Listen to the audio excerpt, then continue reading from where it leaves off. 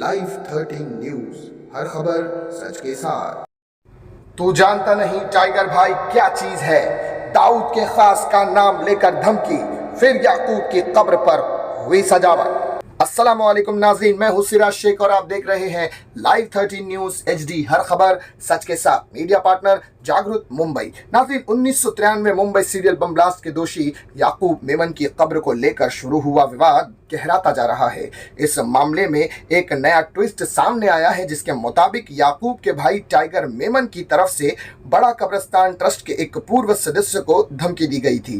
धमकी देने वाले शख्स ने कहा था कि याकूब मेमन की कब्र की जगह को हमारे नाम किया जाए, अगर ऐसा नहीं किया तो इसके बुरे परिणाम भुगतने होंगे।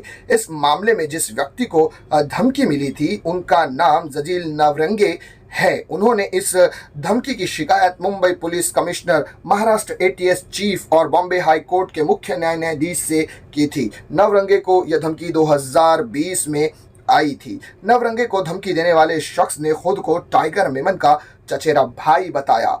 उसने कहा, याकूब भाई तो शहादत नसीब हुई है, मगर टाइगर भाई अभी जिंदा हैं। लोग मेरा बड़ा कब्रिस्तान का काम कर दो, वरना टाइगर भाई को बोल के हम तुम दोनों को ठिकाने लगा देंगे। तुम जानते नहीं टाइगर भाई क्या चीज है, जो आज तक किसी के हाथ नहीं आए। तुम दोनों को कब और कहां गायब कर देंगे पता भी नहीं चलेगा। लो टाइगर भाई से फोन पर बात करो। अभी बार बार आ रहे धमकी भरे फोन कॉल से घबरा कर नवरंगे इस बात की शिकायत पुलिस महकमे से की थी। अपनी कंप्लेंट में नवरंगे ने बताया कि उन्हें धमकी देने वाले व्यक्ति AR मेमन को गैर कानूनी काम करने के इनसे इनकार कर दिया था। इसके बाद उन्होंने हमें जामा मस्जिद ऑफ बॉम्बे ट्रस्ट में बदनाम करने की धमकी दी। इतना ही नहीं, उन्होंने हमारे खिलाफ ट्रस्ट में एक फर्जी शिकायत भी दर्ज करवाई, जिसमें यह कहा गया कि काम करने के एवज में ट्रस्ट के लोग पैसे भी मांग रहे हैं।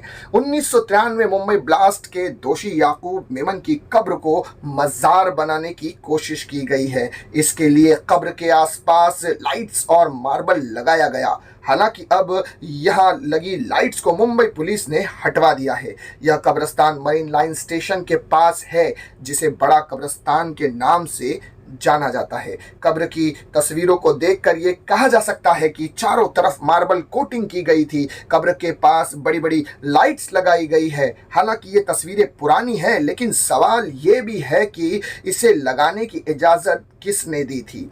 याकूब मेमन की कब्र के पास हुई सजावट के सवाल पर कब्रिस्तान ट्रस्ट ने कहा कि मार्बल लगाने की परमिशन पिछले साल ट्रस्ट की तरफ से याकूब मेमन के परिवार को दी गई थी।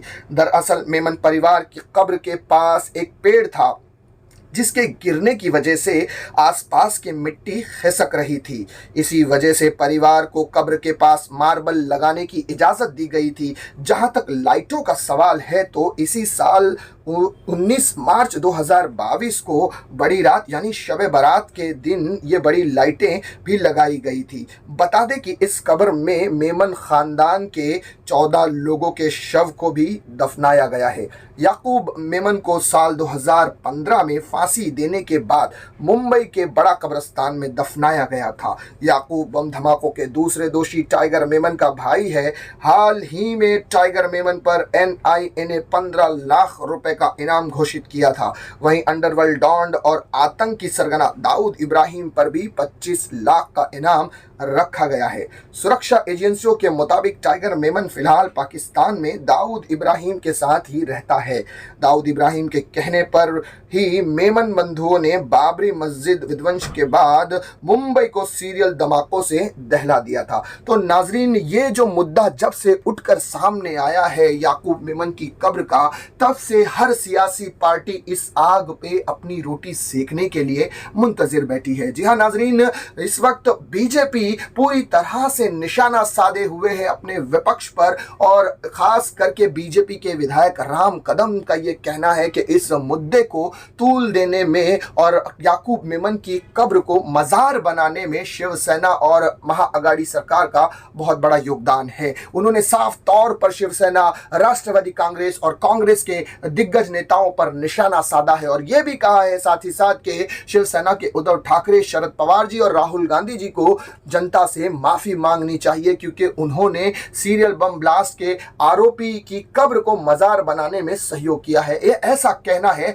राम कदम का। और साथ ही साथ यह मुद्दा इतना तूल पकड़ लिया है कि लोग इस मुद्दे को देखते हुए अपनी अपनी रोटियां सेकने पर लगे हैं क्योंकि मुंबई में महानगर के चुनाव अभी बिल्कुल सर पर हैं और चुनाव को देखते ही यह मुद्दा बिल्कुल आग के शोलों की तरह भड़काया जा रहा है। तो नाजरीन, उम्मीद करता हूं यह सेगमेंट भी आपको पसंद आया होगा। मैं सिराज शेख लाइव 13 न्यूज से फिर मिलूंगा किसी नई खबर के साथ। अगर आप वीडियो को देख रहे हैं और चैनल पर नए हैं तो सब्सक्राइब कीजिएगा, वीडियो को लाइक कीजिएगा, अपने दोस्त अहबाब में शेयर भी कीजिएगा। मैं सिराज शेख फिर मिलूंगा नाजरीन किसी नई खबर के साथ। तब तक के लिए मुझे दीजिए इजाजत। शब खैर।